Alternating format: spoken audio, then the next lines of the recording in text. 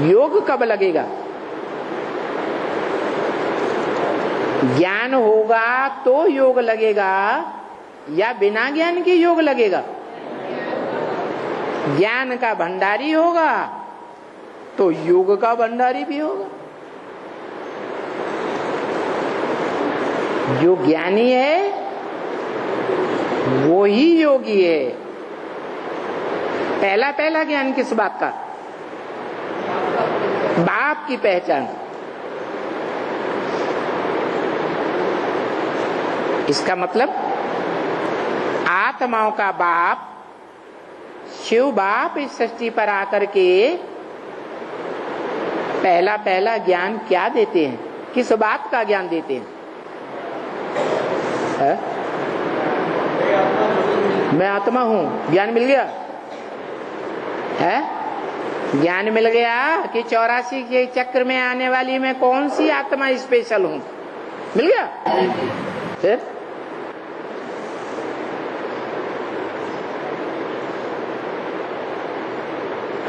अरे पहला ज्ञान किस बात का? बाप की पहचान। तो आत्माओं का बाप जो त्रिकालदर्शी है, ट्रुथ गॉड फादर कहा जाता है, गॉड इज ट्रुथ कहा जाता है, वो सच्चाई का भंडार क्या देता है?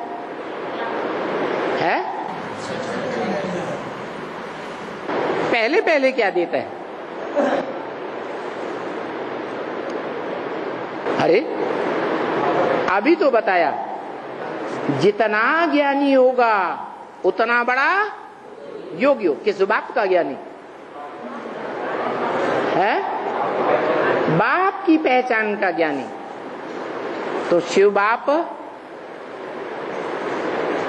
आकर के क्या देते हैं?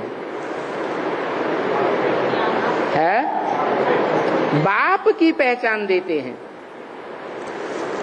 तो भाई बताता है कि आत्मा की पहचान, बाप की पहचान, आत्मा बिंदु, आत्मा का बाप भी बिंदु। पहचान हो गई ना? क्यों नहीं हो गई? है? हाँ, ये बाप की पूरी पहचान नहीं हुई, इसलिए मुरली में बार बार बोलते रहे।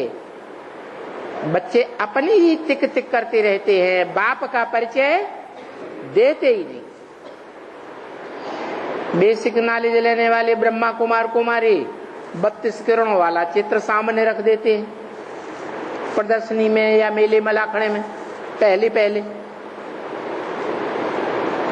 क्या समझाते हैं उसमें?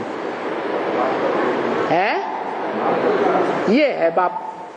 कौन है? ये जो शिवलिंग का चित्र रखा हुआ है, ये 32 कोण जिसके दिखाए गए हैं, ये बाप है। ये पहचान है? क्यों है? हाँ जी, जो लिंग रूप दिखाया और उसमें जो बिंदु दिखाया, उसके गुण कहाँ से आएंगे?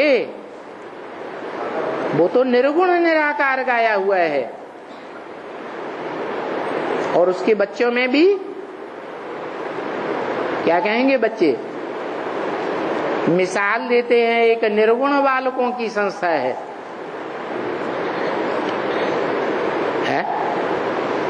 निर्गुण बालकों की संस्था क्या कहेगी? मुझे निर्गुण हारे में कोई गुण नहीं।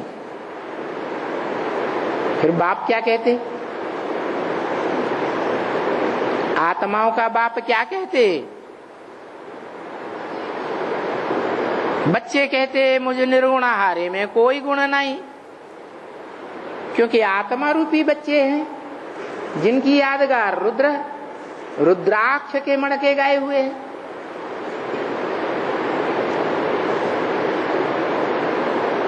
बाप कहते हैं नहीं बच्चे, तुम्हारे में कोई गुण हो या ना हो, लेकिन मैं देखता हूं कि तुम्हारे में जो मुझे चाहिए वो ही गुण है विशेष। क्या? बाप की पहचान कब? तो बताओ। मैं आत्मा ज्योति बिंदु, मेरा बाप ज्योति बिंदु, ये बेसिक ज्ञान और एडवांस ज्ञान दोनों प्रकार के बच्चों में नहीं है, है? ये ज्ञान जो बाप के पहचानने वाले बच्चे हैं उनमें भी है, और जिन्होंने बाप को नहीं पहचाना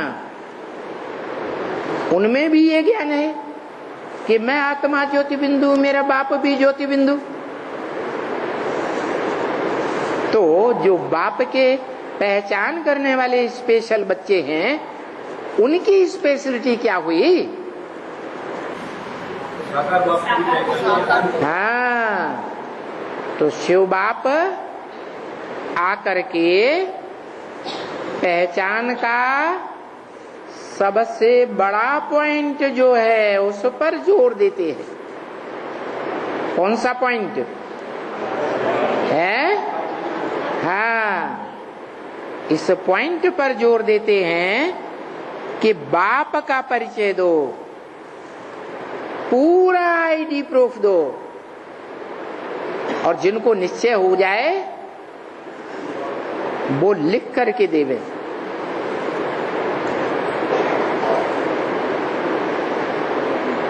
जो कहें हम बाप के प्रति पूरे समर्पित होकर रहेंगे, वो कोर्ट में जाकर के एफिडेविट लिख करके दे देवे, एग्रीमेंट लिख के दे देवे।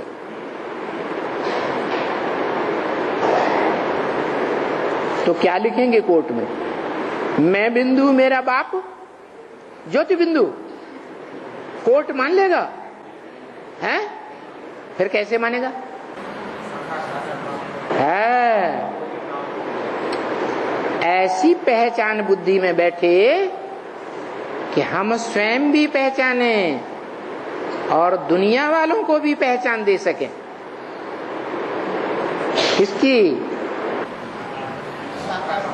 बाप की पहचान। कौन से बाप की पहचान है?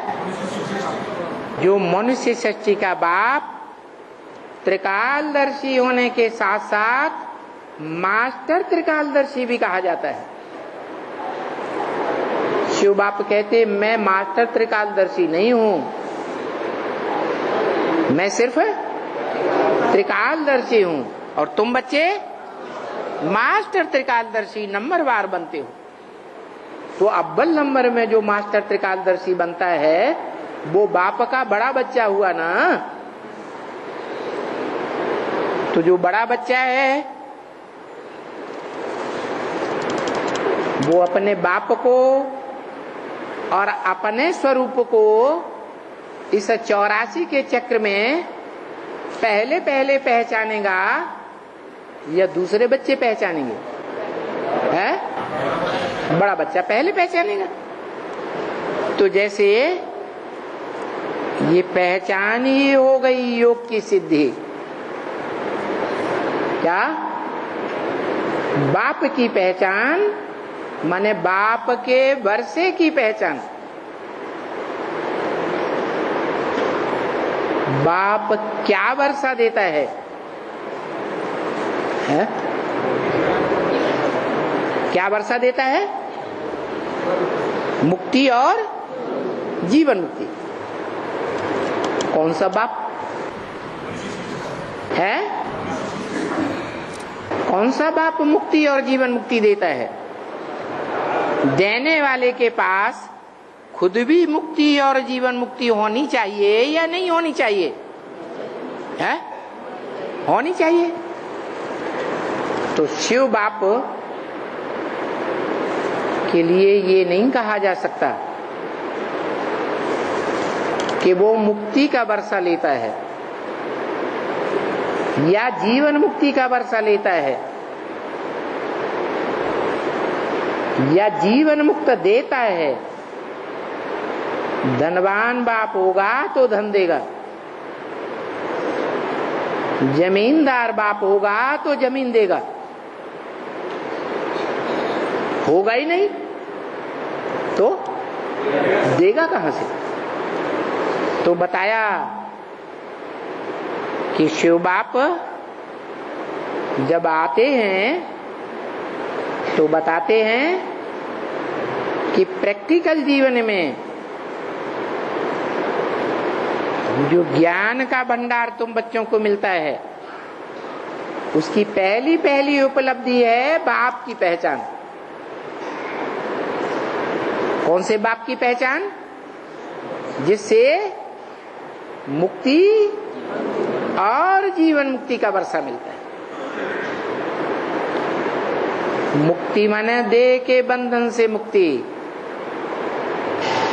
जब चाहे देह से अलग हो जाएं और जब चाहे देह की इंद्रियों से कार्य करें। इंद्रियां कंट्रोल से बाहर नहीं होनी चाहिए। इंद्रियां कंट्रोल में हो जाएं, सदा काल के लिए पूरे संगम युग में कंट्रोल में हो जाएं, या कभी हो जाएं कभी हमें कंट्रोल करें, सदा काल के लिए कंट्रोल्ड हो जाए। तो ये सिद्धि जिसे कहते हैं इंद्रिय जीते जगत जीत। क्या कहते?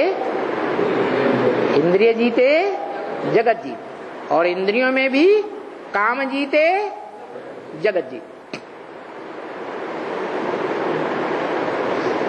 तो ये जगत को या जगत के कोई हिस्से को वो ही जीत सकता है जिसने बाप की प्रॉपर्टी को पहचाना हो, बाप को पहचाना हो। जैसे निराकार बाप की निराकारी सबसे बड़ी उपलब्धि है ज्ञान का अखूट भंडार, ऐसे ही जो मनुष्य सृष्टि का साकारी बाप है,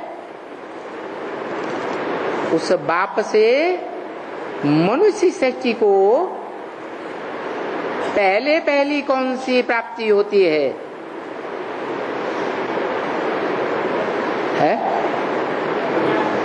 ज्ञान की। ज्ञान तो कहा ही गया है बाप की पहचान। ज्ञान मिला होगा तभी तो बाप से वर्षा मिलेगा। बाप को पहचाना ही नहीं तो बाप से वर्षा मिल ही नहीं सकता। तो बाप की पहचान तो ज्ञान से ही हुई। अधूरा ज्ञान है तो अधूरी पहचान, पूरा ज्ञान है तो पूरी पहचान। और जब पूरी पहचान हो जाती है तो क्या प्राप्ति होती है? पहले पहले योग की उपलब्धि। इसलिए उसे योगीश्वर कहा जाता है, योगियों का ईश्वर। योगियों का ईश्वर है तो स्वयं योगी होगा या नहीं होगा? है? शिव बाप को योगी कहें? है? क्यों? अगर कहें शिव बाप योगी है, आत्माओं का बाप, तो किससे योग लगाता है? उससे बड़ा कोई है? उससे बड़ा तो कोई है ही नहीं। वो योगी नहीं कहा जाता, वो तो क्या है? ज्ञानी है, ज्ञान का कूट भंडारी है।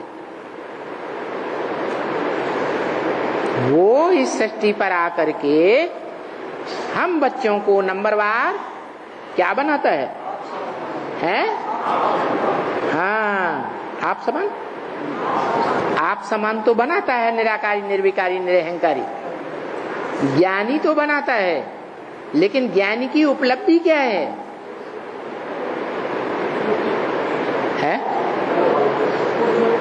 जो हर मनुष्य आत्मा को प्राप्त होती है, योग की शक्ति, जिससे वाइब्रेशन बनता है, जिस वाइब्रेशन से 5 जड़ तत्व भी सुधर जाते हैं। ज्ञान से तो चैतन्य आत्माएं सुधरेंगी मनुष्य की, क्योंकि मनुष्य में मन होता है, संकल्प विकल्प करने वाला, सोच विचार करने वाला, अच्छे और बुरे को पहचानने वाला। जो दूसरे प्राणी होते हैं उनमें तो मन होता ही नहीं, जड़त्वशील मन होता है, वो तो विचार नहीं करेगा। तो मनुष्य आत्माओं का सुधार होता है कैसे? ज्ञान से, योग बल के द्वारा। और वो योग बल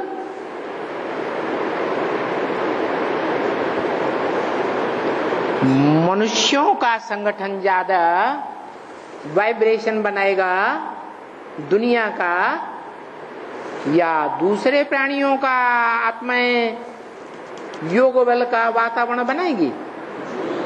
है, मनुष्य आत्माएं बनाएंगी। लेकिन कब बनाएंगी? एक जैसे संकल्प होंगे तब बनाएंगी, यह संगठन में एक का ऐसा संकल्प, दूसरे का विरोधी संकल्प, तीसरे का तीसरे प्रकार का संकल्प, चौथे का चौथे प्रकार का संकल्प। कोई संकल्प चलाता है, कोई विकल्प चलाता है, कोई अच्छे संकल्पों में रमण करता है, कोई बुरे संकल्पों में रमण करता है। अगर ऐसा संगठन है तो दुनिया का वातावरण बनेगा? है, नहीं बनेगा। इसीलिए बताया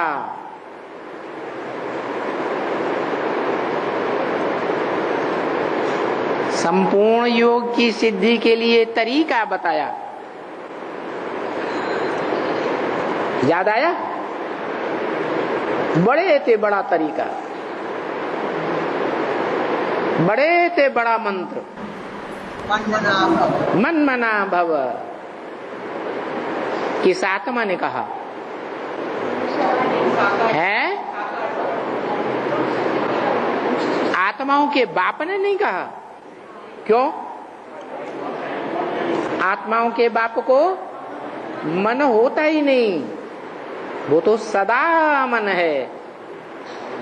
उसे मनन चिंतन मंथन करने की भी दरकार नहीं, क्योंकि वो तो है ही त्रिकालदर्शी। जो मनुष्य आत्माएं हैं, उन मनुष्य आत्माओं में जो बड़ा मनुष्य, बाप का बड़ा बच्चा, आत्माओं के बीच में बड़ा पार्टधारी। कैसा पार्टधारी? सृष्टि के आदि से लेकर अंत तक का पार्टधारी, ऑल राउंड पार्टधारी, जिसका पार्ट इस रंगमंच पर कभी खत्म होता ही नहीं। और मनुष्य आत्माओं का पार्ट शरीर के द्वारा, शरीर की इंद्रियों के द्वारा खत्म हो जाता है। लेकिन एक है ऐसा पार्टधारी, ऑलराउंड पार्टधारी, जिसका सृष्टि रूपी रंगमंच पर कभी पार्ट खलास ही नहीं होता। वो सदा काल का पार्टधारी है। इसलिए वो योग शक्ति का अकूट भंडारी है। इसलिए शास्त्रों में लिखा है कि ब्रह्मा के द्वारा जो 4 मानसी पुत्र पैदा हुए, जो 4 मुख्य धर्मों के बीज हैं, उनमें जो बड़ा ज्ञानी और बड़ा योगी था, ज्ञानेश्वर और योगीश्वर कहा गया, वो ही बच्चा है जो योगियों को कंट्रोल करने वाला है। नहीं तो शास्त्रों में कृष्ण को भी योगी राज कहा, शंकर को भी योगियों का कंट्रोलर कहा, और ब्रह्मा के बड़े पुत्र सनत कुमार को भी कहा। तो क्या योगियों के ईश्वर 3 होंगे या 1 होगा? तीनों ही नाम एक ही आत्मा के पार्टधारी की याद दिलाते हैं। तो वो योगीश्वर कहो, योगीराज कहो, जो कृष्ण का नाम शास्त्रों में डाल दिया है, वो कृष्ण सतयुग का कृष्ण है या संगम युग का कृष्ण है? संगम युग का कृष्ण है। जिस संगम युगी कृष्ण की पुरी में हम बच्चों को जाना है।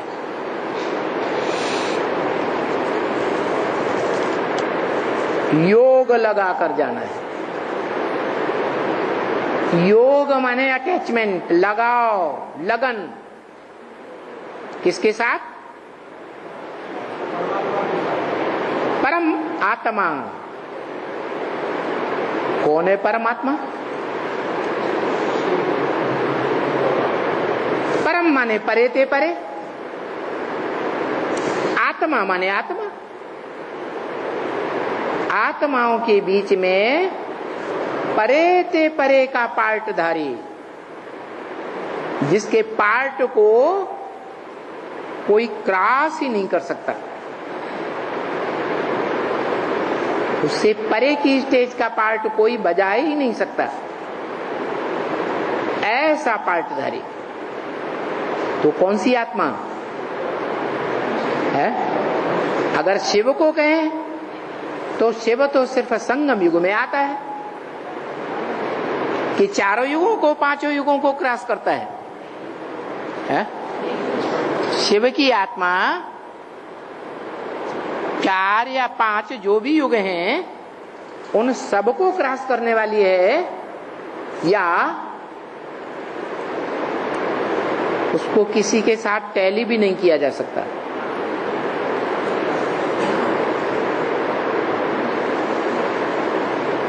क्योंकि जो चक्कर में आए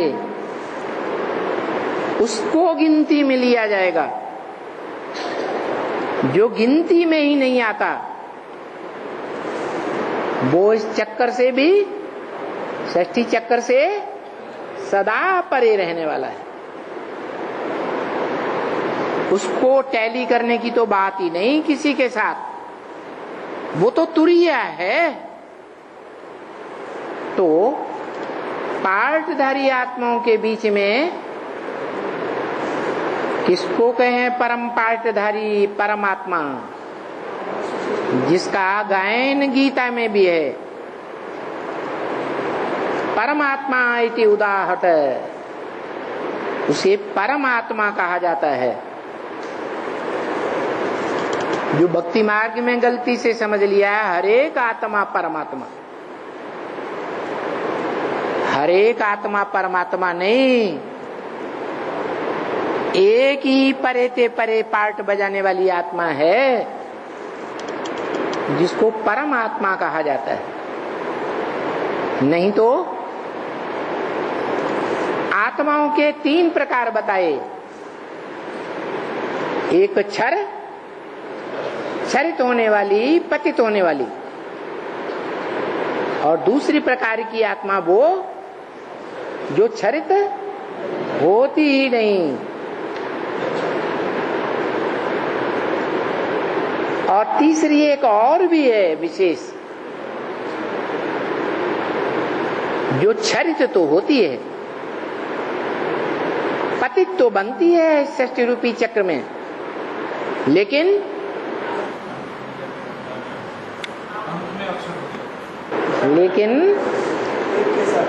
पुरुषार्थ करके परे से परे की स्टेज में पहुंच जाती है, जिसकी स्टेज को कोई दूसरी मनुष्य आत्मा क्रॉस नहीं कर सकती। वो है ऑलराउंडर पार्टधारी, हीरो पार्टधारी। उसको कहेंगे संपूर्ण योगी। किसके साथ योग लगाता है?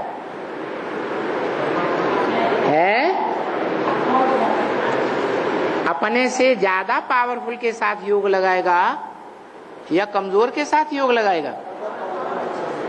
तो कौन है पावरफुल सबसे जास्ती? जो गीता में बताया, नहीं ज्ञान सदसम पवित्रम ही विद्यते, ज्ञान के समान इस संसार में कुछ भी पवित्र नहीं है, और पवित्रता से ही दुनिया के सारे कार्य होते हैं। तो ज्ञान सबसे पवित्र चीज है। तो बड़े से बड़ी शक्ति क्या हुई है? क्या हुई? पवित्रता।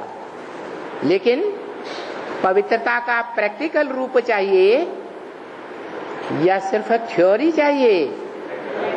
प्रैक्टिकल रूप चाहिए। पवित्रता का प्रूफ चाहिए। तो वो प्रूफ दिखाने वाला स्वरूप हमारे भारत में और विदेशों में भी, भारत की खुदाइयों में और विदेशों की खुदाइयों में भी सार्वभौम है, और वो है शिवलिंग, जिसे कर्म करता हुआ तो दिखाया। कर्मयोगी तो है, कर्मेंद्रियों से कर्म करने वाला, लेकिन कर्म भोगी है या कर्म योगी है? कैसे?